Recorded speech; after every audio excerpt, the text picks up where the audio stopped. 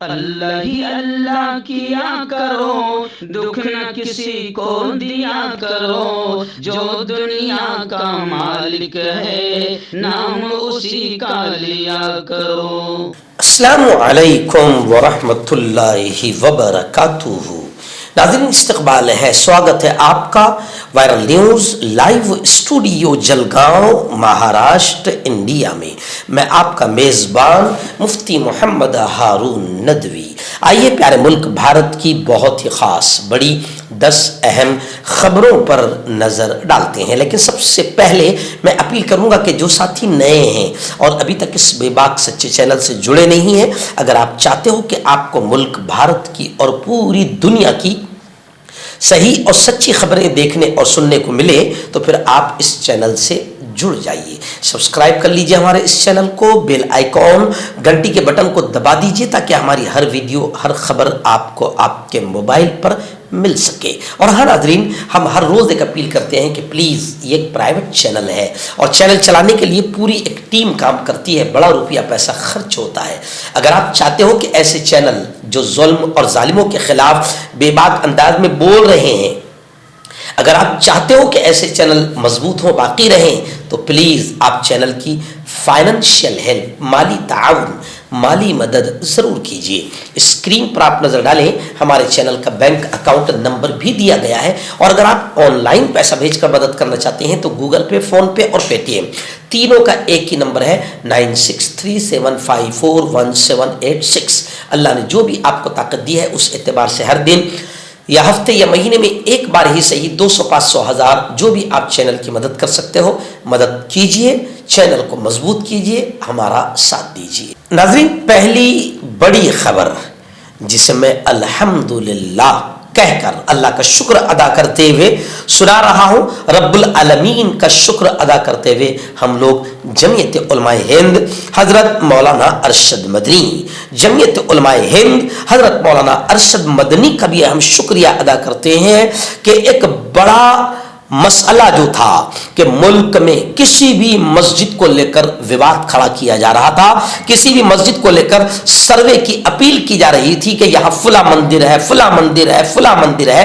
آخر جمعیت علماء ہند حضرت مولانا ارشد مدنی نے سپریم کورٹ میں ایک اپیل داخل کی اور یہ کہا کہ عبادت گاہ کا جو قانون ہے 1991 کا، اس کی حفاظت کی جائے۔ الحمدللہ جمعیت علماء ہند کی بات کو مانا گیا اور سپریم کورٹ نے عبادت گاہ قانون 1991 پر سنوائی کی اور نئے مقدمے پر اب روک لگا دی۔ 4 ہفتوں میں جواب داخل کرنے کا مرکز کو بھی آدیش دے دیا گیا اور سروے پر بھی روک لگا دی گئی، یعنی جمعیت علماء ہند کی محنتوں کو اللہ نے قبول کیا۔ اب کوئی بھی مقدمہ نیا داخل نہیں کیا جا سکتا، یعنی جو بھگوا آتنکی ماحول کو خراب کر رہے تھے، الگ الگ انداز میں کسی بھی درگاہ، کسی بھی مسجد کو لے کر اپیل داخل کر رہے تھے، اب سپریم کورٹ نے اس پر روک لگا دیا ہے۔ جمعیت علماء ہند کو اللہ جزائے خیر عطا فرمائے۔ ناظرین، دوسری بڑی خبر اس وقت جھانسی سے میری نگاہوں کے سامنے ہے کہ جھانسی سے مفتی خالد ندوی کو گرفتار کیا گیا ہے۔ بتایا جا رہا ہے کہ غیر ملکی فنڈنگ کا ان پر الزام ہے۔ ملکی اور غیر ملکی طلبہ کی آن لائن وہ کلاس چلاتے تھے۔ عوام نے پولیس کے خلاف زبردست احتجاج جھانسی میں کیا ہے۔ ملک اور بیرون ملک کے طلبہ کے لیے آن لائن کلاس چلانے والے مفتی خالد ندوی کی مدد سے ATS اور NIA کی ٹیم غیر ملکی فنڈنگ کا سراغ تلاش کرنے کی کوشش کر رہی ہے۔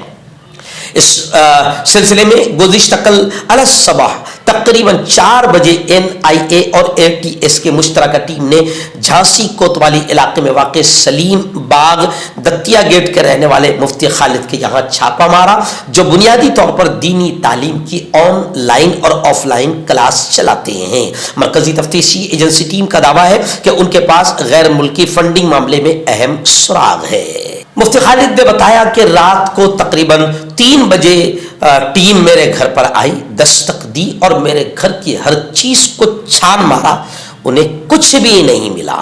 انہوں نے میرا فون، واٹس ایپ گروپ، ساری چیزوں کی انکوائری کی، اور اس ٹیم نے مولانا محمد الیاس گھمن کے بارے میں بھی مجھ سے پوچھا، اور انہوں نے بتایا کہ میں ایک on line Islamic coaching centre چلاتا ہوں جہاں میں ہندوستانی اور NRI طلبہ کو تعلیم دیتا ہوں. تفتیشی ٹیم نے میرے بینک اسٹیٹمنٹس بھی چیک کیے ہیں.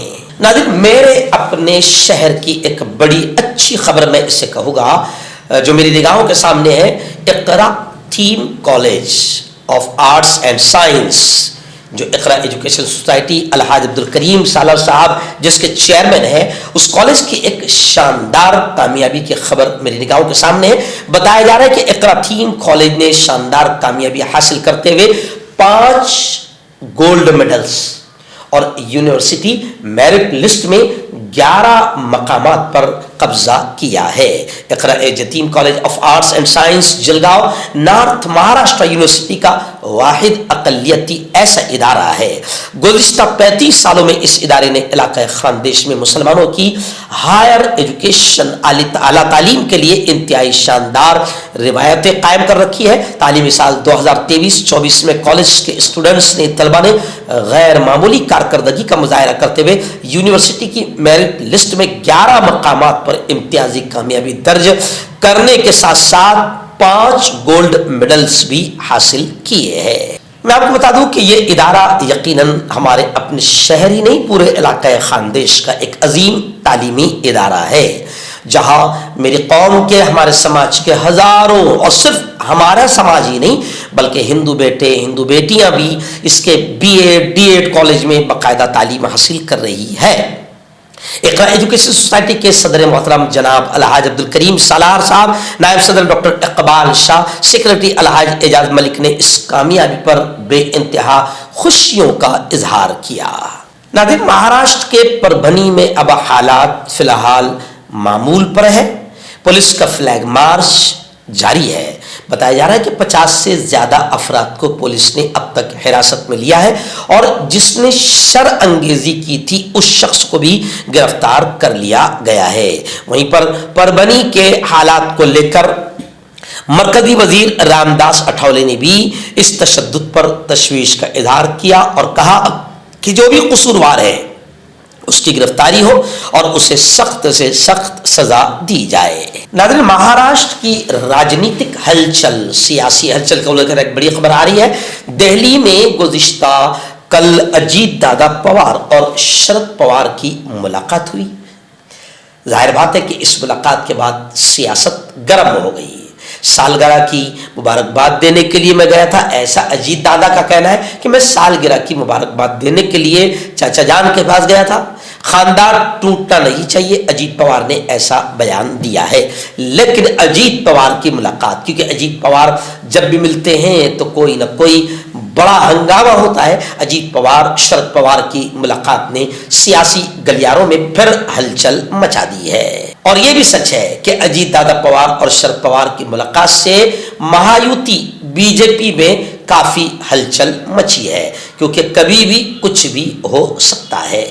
ناظرین، بڑی خبر آ رہی ہے. جی ہاں، وقف بل کو لے کر خبر آ رہی ہے کہ دارالعلوم دیوبند نے وقف بل تجویز کو مسترد کر دیا.